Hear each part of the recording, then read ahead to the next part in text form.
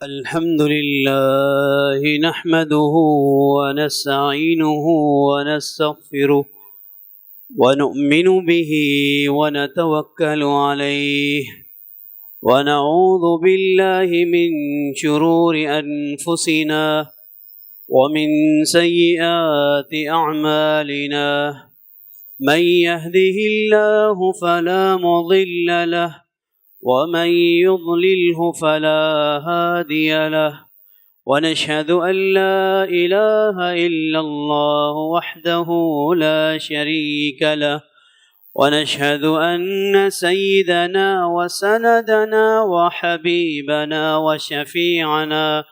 وشفيعنا محمدا عبده ورسوله وصلى الله تعالى عليه وعلى آله وأصحابه وبارك وسلم تسليما كثيرا أما بعد فأعوذ بالله من الشيطان الرجيم بسم الله الرحمن الرحيم أرأيت الذي يكذب بالدين فذلك الذي يدع اليتيم ولا يحض على طعام المسكين فويل للمصلين صدق الله العظيم صدق رسوله النبي الكريم ونحن على ذلك لمن الشاهدين والشاكرين والحمد لله رب العالمين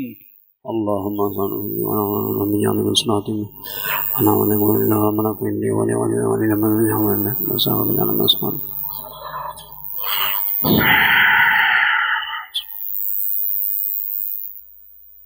میرے معزز سامعین کرام، سب سے پہلے تو اللہ جل شانہ کی بارگاہ میں یہ دعا فرمائیں کہ اللہ رب العزت مجھے حق بات کہنے کی توفیق عطا فرمائے اور مجھے اور آپ کو، ہماری اولادوں کو، اہل محلہ کو حق بات سن کر اس پر عمل کرنے کی توفیق عطا فرمائے، آمین ثم آمین۔ گزشتہ جمعۃ المبارک میں ہم نے معراج النبی صلی اللہ علیہ وسلم کے موضوع پر کچھ گفتگو کی تھی۔ اس جو واقعے کی کچھ سرسری احادیثوں کو میں نے نقل کیا تھا، اور واقعہ کیا تھا، قرآن میں کس طرح اس کا ذکر ہے، سبحان الذی اسریٰ بعبدہ لیلا من المسجد الحرام۔ اس کے مطابق میں نے کچھ گزارشات آپ کے سامنے پیش کر دی تھی، اور معراج کی جو رات جو مشہور قول کے مطابق جو 27ویں رجب بنتی ہے، اس رات کو کس طرح منایا جائے، امت کے لیے نبی کریم صلی اللہ علیہ وسلم نے کیا پیغام، کیا احکامات چھوڑے تھے، وہ تمام باتیں میں نے آپ کے سامنے پیش کر دی تھی، اور ہمارے معاشرے میں کن خرافات کو، کن بدعات کو اپنایا جاتا ہے، اس کی نشاندہی کر کے اس سے خود بھی بچنے کی اور اپنی اولاد کو بچانے کی بھی ہدایات دی تھی۔ اور پھر اس معراج کے واقعے میں جو خصوصاً نبی کریم صلی اللہ علیہ وسلم نے امت کو بتایا، اور امت کو اس واقعے سے جو اپنے لیے، اپنی اولاد کے لیے نصیحت پکڑنی تھی، ان چند واقعات کی باتیں کر رہے تھے کہ وقت ختم ہو گیا تھا۔ وہ واقعات وہ کہ نبی کریم صلی اللہ علیہ وسلم کو معراج میں لے جانے کے بعد شروع کا جو واقعہ ہم نے پڑھا، جو آپ نے سنا، ان واقعات کے بعد کچھ احادیث سے یہ بھی منقول ہے کہ بعض لوگوں کو نبی کریم صلی اللہ علیہ وسلم کو دکھایا گیا کہ اگر وہ دنیا میں اس گناہ میں ملوث ہوئے تو ان کو اس عذاب میں مبتلا کیا جائے گا، یہ عذاب ان کو دیا جائے گا۔ ان میں سے فقط ایک ہی کا ذکر ہوا تھا، اور وہ تھا کہ نبی کریم صلی اللہ علیہ وسلم کو دکھایا گیا کہ کچھ افراد ہیں اور ان کے ناخن تانبے کے ہیں، اور وہ اپنے ان ناخنوں سے اپنے سینے کو، اپنے چہرے کو نوچ رہے ہیں اور خون نکل رہا، بڑی اذیت دے رہے ہیں اپنے وجود کو۔ تو نبی کریم صلی اللہ علیہ وسلم نے حضرت جبریل امین سے کہا کہ اے جبرائیل، یہ لوگ کون ہیں؟ تو نبی کریم صلی اللہ علیہ وسلم کو جواب ملا، حضرت جبرائیل امین نے فرمایا کہ یہ وہ لوگ ہیں جو دنیا میں کسی دوسرے کی غیبت کیا کرتے تھے، کسی دوسرے انسان کی غیبت کیا کرتے تھے۔ آج اللہ نے ان کو اس عذاب میں مبتلا کیا ہے۔ اور ہمارے ماحول کے مطابق میں نے آپ کو یہ بتایا تھا، آج کا جو ہمارا ماحول ہے، جو ہم جن ایام سے زندگی اپنی بسر کر رہے ہیں، جس ایام میں، جس وقت میں، جس معاشرے میں، اس میں بڑے، خصوصاً عورتیں اور بچے بھی بیچارے اپنے والدین کو دیکھ دیکھ کر اس بیماری میں مبتلا ہوتے جا رہے ہیں، کیونکہ بچے تو ہمیشہ والدین سے سیکھتے ہیں۔ جب والدین ہی دوسروں کی غیبتوں میں لگے ہوتے ہیں تو بچے بھی ایک دوسرے کی غیبتوں میں لگ جاتے ہیں، اور بڑے ہو کر ان کو یہ عادت پڑ جاتی ہے والدین کو دیکھ دیکھ کر۔ میں نے آپ کے سامنے یہ بھی بات کی تھی کہ آپ کسی شادی کی تقریب سے آ جائیں، کسی خاندان کے کوئی تقریب ہو، چھوٹی کوئی اچھی تقریب ہو، آپ اس میں بھی چلے جائیں، واپس آنے کے بعد آپ کے گھر میں کیا باتیں ہو رہی ہوتی ہیں؟ خاندان والوں کی برائیاں، کسی میں کسی چیز کی کمی دیکھی اس کی بات، کسی سے کوئی غلطی ہوگی اس کا بار بار تذکرہ، حقارت، اس کی عزت نفس کو مجروح کرنا، اس کی باتوں کا تماشا بنانا، طرح طرح کی باتیں کرنا، اس کو بہت کم ظرف، اور یعنی کہ عجیب سے الفاظ ہوتے ہیں جو میں اپنی زبان سے نہیں کہہ سکتا، کم تر دکھانا اپنے سے۔ اولاد دیکھ رہی ہوتی ہے، اولاد سامنے دیکھ دیکھ کر وہی چیز سیکھتی ہے کہ کسی میں کوئی عیب دیکھو تو پھیلاؤ، پورے علاقے میں ڈھنڈورا پیٹو، کسی میں کوئی کمی دیکھو تو پورے علاقے میں اس کا ڈھنڈورا پیٹو۔ تو اولاد خود بخود سیکھ جاتی ہے، اور جب بڑے ہو کے اولاد کر رہی ہوتی ہے تو ہمیں اس پر غصہ آ رہا ہوتا ہے۔ غصہ آنے کا اس وقت ٹھیک ہے، بجا ہے، مگر آپ نے اس وقت احتیاط کی ہوتی تو اولاد نے یہ چیز نہ سیکھی ہوتی۔ خیر، غیبت کا موضوع اور غیبت کی تعریف، غیبت کسے کہتے ہیں؟ جس کو ہم بہتان کو غیبت سمجھتے ہیں وہ تو بہت بڑا گناہ ہے۔ غیبت کی تعریف بھی آپ کو بتائی، بہتان کی تعریف بھی بتائی۔ اس سے آگے چل کر نبی کریم صلی اللہ علیہ وسلم کو معراج میں کچھ لوگوں کو ایسے عذاب میں پایا کہ نبی کریم صلی اللہ علیہ وسلم نے دیکھا کہ وہ اپنے ہونٹوں کو اور اپنی زبان کو کینچیوں کے ساتھ کاٹ رہے ہیں، بالکل کاٹ کر چکنا چور کر دیتے ہیں، پھر جوڑا جاتا ہے، پھر کاٹتے ہیں۔ اس اذیت میں اللہ نے ان کو مبتلا رکھا ہوا۔ نبی کریم صلی اللہ علیہ وسلم دیکھتے ہیں اور حضرت جبرائیل امین سے دریافت کرتے ہیں کہ اے جبرائیل، یہ لوگ کون ہیں؟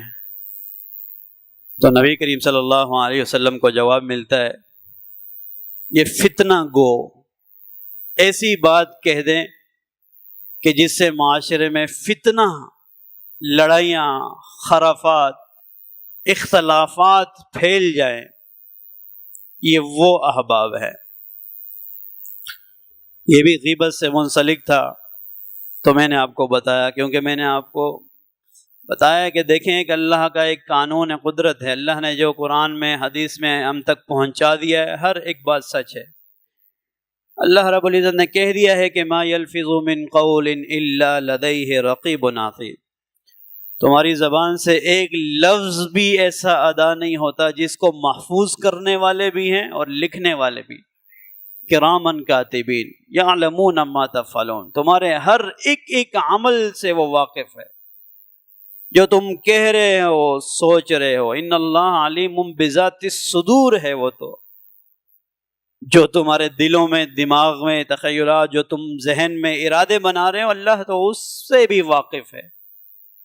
اس لیے تو کہا گیا ہے نا، اگر ایک مسلمان نیکی کا ارادہ کرتا ہے، اس ارادے پر بھی نیکی ہے۔ کیوں؟ کیونکہ اللہ کو تمہارا نیک ارادہ علم ہے، اس پر بھی اللہ تمہیں نیکی عطا کر رہا ہے۔ تو خیر وہ لوگ ہوں گے جو ایسی بات کہہ دیں گے آپس میں اختلافات بڑھ جائیں گے۔ اس میں بہت سے علماء کرام بھی آ سکتے ہیں، وعظ کرنے والے، مقرر حضرات، بھائی حضرات۔ اس لیے کہتے ہیں ہمیشہ کوئی بات کرنے سے پہلے اسے سوچا جائے، تولا جائے، ٹٹولا جائے، معاشرہ کیسا ہے، لوگ کیسے ہیں، میرے اس بات کہنے سے کسی پر برا اثر نہ ہو جائے، اور اس بات کو غلط نہ سمجھ لے۔ بات کی جائے بڑے اچھے دلیل مدلل انداز میں، اور ہمیشہ مثبت باتیں ہوں۔ اگر نفی بھی بات کرنی ہے تو اس انداز میں کی جائے کہ حق گوئی بھی ہو جائے اور کسی کی دل شکنی نہ ہو، اس طرح میں نہ آ جائے، کوئی آپس میں انتشار نہ ہو جائے، اختلافات کے لیے آدھے لوگ یہاں کھڑے ہو جائیں، آدھے یہاں کھڑے ہو جائیں، آپس میں ہی اختلاف بڑھ جائے۔ آج کل اس میں بہت سے وعظ کرنے والے حضرات، بہت سے جماعت کے ساتھی، بہت سے ٹیچر حضرات، اس اساتذہ اس میں ملوث ہیں، یہ بہت سی ایسی باتیں کر جاتے ہیں جو ممبر میں بیٹھ کر یا جہاں آپ کو بلایا گیا ہے پروگرام میں وہ بات نہیں کرنے کی ہوتی مجمع میں، مگر وہ کر دی جاتی ہے، اس کے بعد پھر انتشار برپا ہو جاتا ہے۔ بہت سے واقعات ہیں ہمارے ملک کے پاکستان میں، تو بے انتہا واقعات ایسے ملیں گے۔ اور ماشاءاللہ پھر ہمارا ایک میڈیا کہ جو انتشار والی چیز ہو اس سے تو پھر بڑھ چڑھ کر دکھایا جاتا ہے، کیونکہ ہمارے چینل کی رینک اوپر ہو نا، ہمارے چینل کو زیادہ دیکھا جائے، اختلافی باتوں کو، لڑائی کی باتوں کو تو وہ زیادہ دکھاتے ہیں پھر، تاکہ اور لوگ مشتغل ہوں، ان کی خبر اور پھیلے۔ بہت جسے کہہ لیں بہت بیکار کردار اس میں میڈیا بھی ادا کر رہا ہے، بہت غلط کردار اس میں میڈیا بھی ادا کر رہا ہے۔ تو خیر ہمیشہ ضروری نہیں ہے اس میں کوئی مولوی صاحب، امام صاحب ہی ملوث ہو۔ آپ اگر 3 آدمیوں کے سامنے کھڑے ہو کر کوئی بات کر رہے ہیں، آپ پر بھی یہ ذمہ داری ہے کہ کوئی آپ ایسی بات نہ کریں کہ ان تینوں کے درمیان بھی اختلاف پیدا ہو جائے۔ میں بھی اسی معاشرے میں رہتا ہوں، آپ جیسا ہی انسان ہوں، میری بھی 2 احباب ہیں، میرا بھی ایک حلقہ ہے، تو بہت سی یادیں ہیں جب ہم پڑھا کرتے تھے، یا خاندان کی باتیں، جو دوستوں کی باتیں۔ اگر 3 دوست موجود ہیں، ان کا آپس میں طے آ گیا کہ کل ہم نے فلانا جگہ جمع ہونا ہے، اس میں سے ایک نہیں آیا، یہ دونوں دوست اس طرح کی گفتگو کریں گے کہ اس تیسرے کو بیچارے کو ملنا ہی چھوڑ دیں گے۔ اگر 5 دوست ہیں، یہ 5 دوست کہیں ایک ساتھ کٹھے ہو گئے، سب ایک دوسرے کی تعریفیں کریں گے۔ اس میں سے 2 نہیں ہیں، وہ 3 ان 2 کی برائی کر رہے ہوں گے، وہ 2 ان تینوں کی برائیاں کر رہے ہوں گے۔ عام سی بات ہوگی، یہ چھوٹی سی بات ہوگی، کسی کے پیٹھ پیچھے باتیں کر لینا، اور کسی کی ایسی بات کو ایسے آگے بیان کر دینا کہ وہ دوسرا آدمی اس سے ملنا ہی ختم کر دے۔ نبی کریم صلی اللہ علیہ وسلم نے فرمایا کہ مجھ سے زیادہ قریب، سب سے قریب آخرت میں وہ شخص ہوگا کہ دو بھائیوں میں آپس میں سو کر دے، صلح کروا دے۔ اور آج آپ دیکھیں ہر انسان یہ چاہتا ہے کہ یار یہ اس سے نہ ملے، مجھ سے مل لے، اس سے کٹ جائے۔ غلط باتیں ہیں جو اس میں موجود ہی نہیں ہوں گی، ایسے عیبوں کو سوچ سوچ کر سمجھ کر اسے ایسے تھوپ دیا جائے گا، اس بیچارے کے وہم و گمان میں بھی نہیں ہوگا وہ کس کس گناہ کا ارتکاب کر رہا ہے، یہ آپس میں یہاں باتیں کر رہے ہیں، اسے پتہ نہیں ہوگا، اس کے وہم و گمان میں بھی نہیں ہوگا۔ خدا را یہ بدگمانیاں، یہ آپس میں انتشار والی بات ہے۔ خاندان میں، اپنے اہل خانہ میں نبی کریم صلی اللہ علیہ وسلم نے فرمایا کہ میں نے جہنم میں کثرت سے میری امت میں سے استغفر اللہ، اللہ حفاظت فرمائے، عورتوں کی تعداد زیادہ ہوگی، اور اس کی وجہ کیا بتائے گی؟ زبان، یہ زبان ہوگی اس کی وجہ۔ تو خدا را اپنے اہل خانہ کو بھی تنبیہ کرے کہ کسی پر تبصرے کرنا، کسی کی باتیں کرنا نہ آپ کو زیب دیتی ہے، نہ آپ کا اس میں کوئی فائدہ ہے، کوئی فائدہ نہیں ہے، صرف وقت کا ضائع ہے اور اپنے گناہ سر لینا ہے، اپنے سر کو گناہوں میں ڈھانپنا ہے۔ تو خدا را یہ ایک بہت بڑا سخت وعید کہ ایک غیبت میں مبتلا لوگوں کو، اور ایسے لوگوں کو جو فتنہ پرس، فتنہ گو ہوں گے، ایسے لوگوں کو نبی کریم صلی اللہ علیہ وسلم کو معراج میں دکھایا گیا۔ نبی کریم صلی اللہ علیہ وسلم فرماتے ہیں پھر میں کچھ اور آگے گیا تو میں نے کچھ ایسے لوگوں کو دیکھا کہ خون کے سمندر میں تیر رہے ہیں اور ان کے منہ میں پتھروں کو ڈالا جا رہا ہے، یہ جو ہوتی نا کنکریاں، پتھروں کو ڈالا جا رہا ہے منہ میں، اور ان کے پیٹ اتنے بڑے ہیں جیسے مکان ہوں، گھر ہوں، اور ان کے پیٹوں کے اندر مجھے سانپ نظر آئے ہیں۔ اللہ اکبر، ایسی اذیت میں موجود۔ حضرت جبرائیل امین سے سوال کیا کہ یہ لوگ کون ہیں؟ نبی کریم صلی اللہ علیہ وسلم کو جواب ملا، یہ وہ لوگ ہیں جو دنیا میں رہ کر سود کھاتے ہیں، سود کا کاروبار کرتے ہیں۔ آج ہمارے اس جدید دور میں دیکھا جائے حلال رزق کمانے والے، کھانے والے اور اس میں احتیاط کرنے والے ہم میں سے بہت کم سے لوگ ہیں۔ باقی بیچارے اولاد کو پالنے کے لیے، مال کو بڑھانے کے لیے ان کو حلال حرام کی تمیز ہی نہیں کرنا آتی۔ اور آج تو کچھ عرصہ پہلے تو میں نے سود کے بارے میں ایسی بات سنی، ایک شخص نے کہا کہ سود جو تھا وہ اپنی ذات کے لیے اگر سود لو،